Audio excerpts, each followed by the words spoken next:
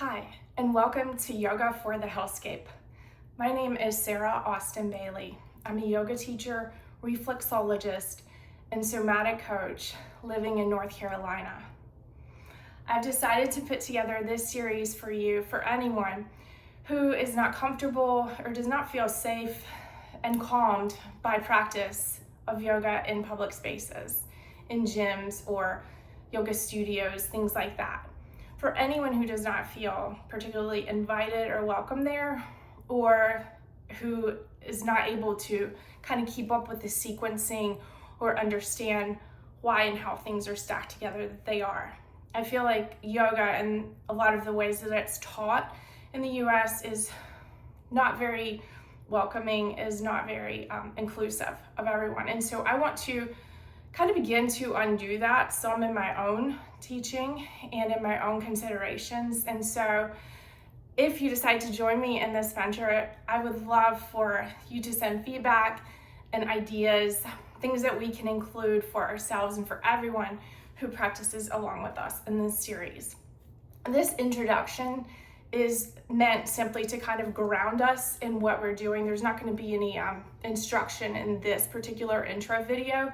If you'd like that, just start with class 1 if you want to skip, any of this kind of grounding or just background information. I'll tell you the reason that I wanted to create this series is not only kind of in response to what's going on in our country and our world right now, but it's also just in response to what I feel like is missing from yoga and what I feel like I know and can help impart and help you find for yourself in your own practice. So this is to me very exciting and should be the start of several online series that I plan to put together. So I'll say this as a way of kind of getting us settled in. Yoga means yoking. It means bringing things together. And my interpretation of that is twofold. It means bringing all of the components of us together, right? We're human, we're material, we're spiritual, we're mental, emotional, we're the past, memories and so forth, and possibilities of the future. We are all of these things and so much more. So yoga can bring all of these aspects of us together to make us more than the sum of our parts, essentially, but also something altogether different that we may not have ever tapped into or known. So that is thing number 1. It's very exciting and kind of the part that keeps me coming back to it, to always learn something new. The second thing is I believe that yoga can connect us to one another. Even if we're practicing alone in our own spaces, away from others, it can help us kind of tap into the parts of us that seek out one another and that are able to kind of fill in the gaps for one another. It opens windows, it allows us to see more deeply and respect more enduringly. And I think that's something that we can all use at this point and again, learn from. So those things are kind of where yoga has a place.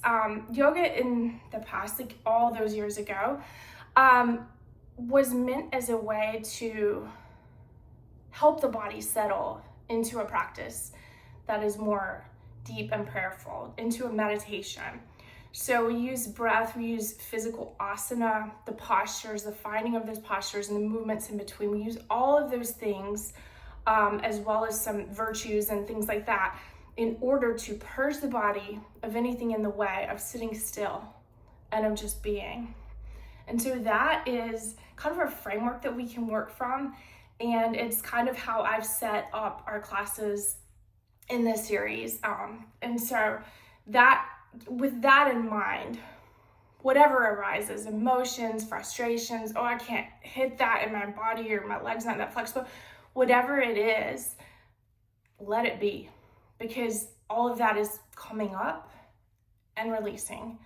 The energy of it is called apana. It is arising and leaving when you let it. And so that is important to know. We're clearing so that we can be clear and so that we can be receptive and be truly engaged in a very connected way. So my teaching itself is based on inquiry. It's based on question and what do I notice? And sometimes we'll find the answer. Sometimes you'll arrive at it, it'll hit and click and oh wow, astounding. And sometimes it won't necessarily immediately click or show us anything. And that's okay.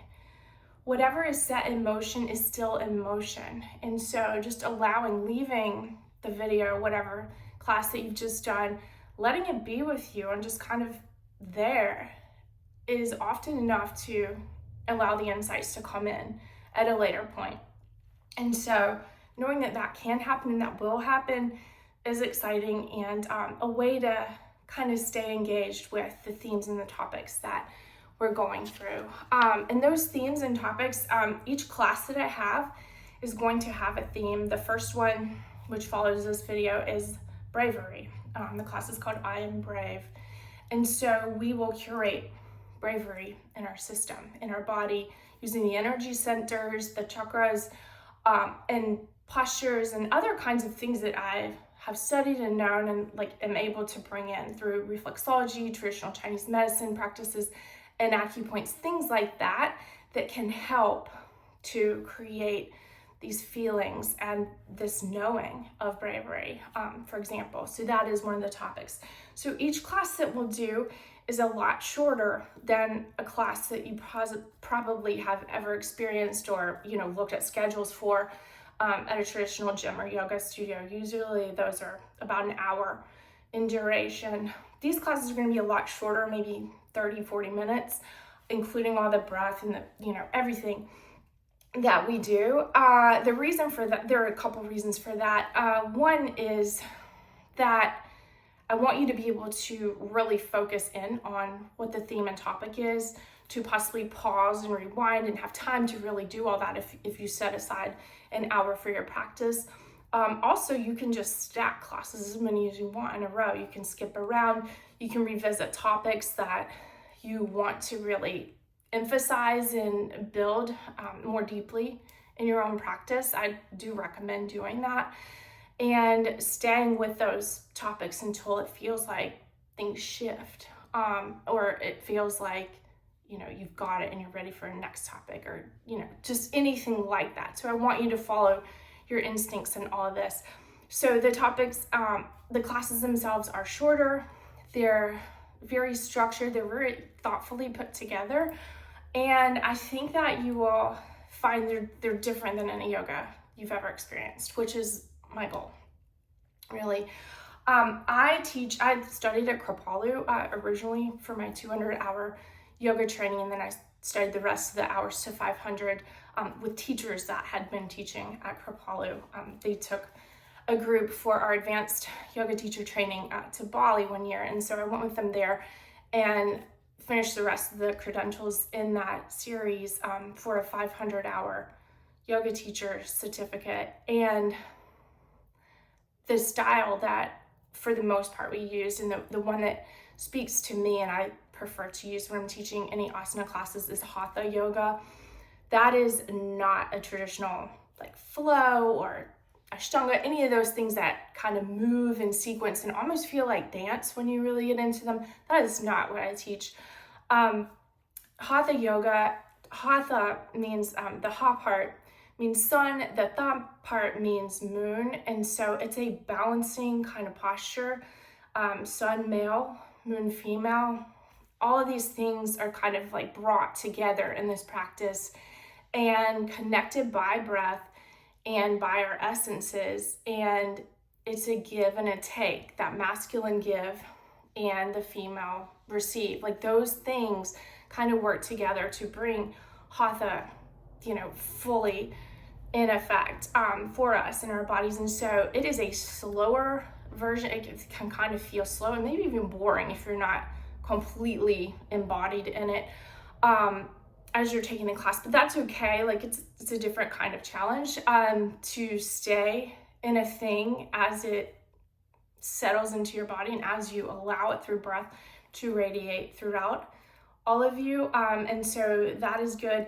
Hatha is great as a starting point to yoga if you've never taken a class, because it's very slow, it's very dialogue driven in terms of what exactly to do with what part of your body. I'm not just going to say, oh, hit this word that's either Sanskrit or, an English kind of cutesy word, and you're expected to do that. I'm not. I'm going to guide you into your body in a way that you know exactly where to place what part of your body and how to hold it and what to think about as you're holding it, where you're, either gathering a muscle together and holding it, or you're allowing breath to kind of spread something. Whatever that is, you will be guided exactly in how to do it, because I am not with you as you practice. I am here far away. You have to listen to your own body and to my words and be able to kind of discern, is this safe? Is this, is this something that I want for myself? How far do I want to go? How am I going to know my limits? That kind of thing. So all of that inner dialogue should be going on at the same time that you're listening and that you're engaging. And all of that makes up the Hatha yoga. And so I invite you to try it if you've never tried a slower type of a class, or one where you're just guided word by word into the postures. I think that you could find it very interesting and very compelling. Okay, great. So some examples of themes that we'll cover. I mentioned bravery. I'll just hop around here. Clarity, anger, not wanting, community and belonging, communication and conveying with breath, words, and energy. Okay, and so in each class, and there are lots more in this series, I expect this will be at least 20 or so classes of topics that I've written down and started to map out. So it should be exciting if you stick around for the whole thing, and if you continue to practice and maybe share with friends and family, for anyone that you feel like could benefit from what we're learning in the classes. In the classes, I will give suggestions of props and things that you may want to use. Props are just like literally like you'll prop your body up on them, that you may wish to have. You do not have to have exactly what I say. You need something that could substitute as it, but you don't need to have the exact thing unless it's something that you feel like you're going to use time and time again and that you really want to add to your collection. That's fine. But I like to stress like not buying, right? And not needing to go and satisfy something, because really we have all that we need already. And you can practice this without any props. But I have some suggestions for ones that are pretty common that I like to use personally for my own body and we'll be using in the classes. And so you may want to try these exact things or similar things if you have them in your house. And so examples of this are blocks. Okay, if you don't have a block, that's fine. You can instead use something smaller. You can use a book, like a dictionary size book or something. This is not quite the right size, but you don't always need exactly this size, right? Sometimes you need just a little bit of a surface or space. Another idea that I had was a cooking pot. A lot of people have cooking pots at their house.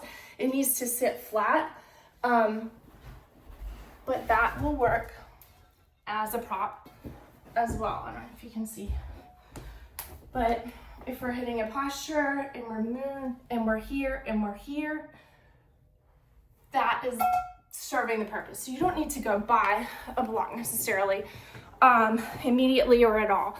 You use what you have, be creative with it. Just don't use like a shoebox or something that could collapse in. It needs to be able to hold your weight, the weight that you put on it, not all of your weight, but it needs to be able to literally prop you up. And there's a lot of energetic pulling up when I guide you into postures that you'll be able to do.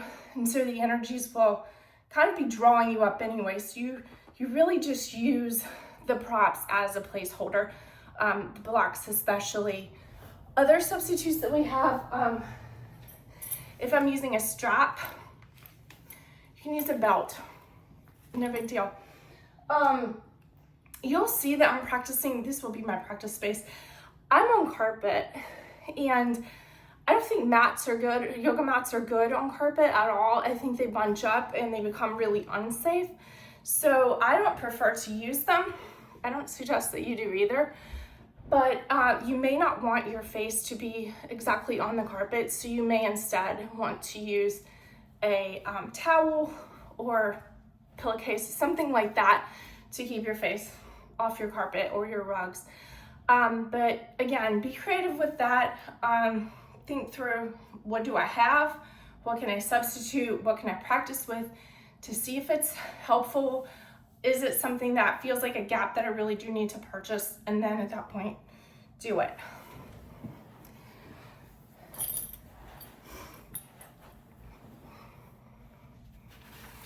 And so as we begin and end this intro, I want to encourage you. Don't let their wishes for you get stuck in your mind, body, movements, or momentum. You know you. Stay in this knowing and being. Stay in all that you are and grow it. Shine so hard that they have to regroup. Their wishes no longer work. Their power fizzles and fades. And here you are, shining star.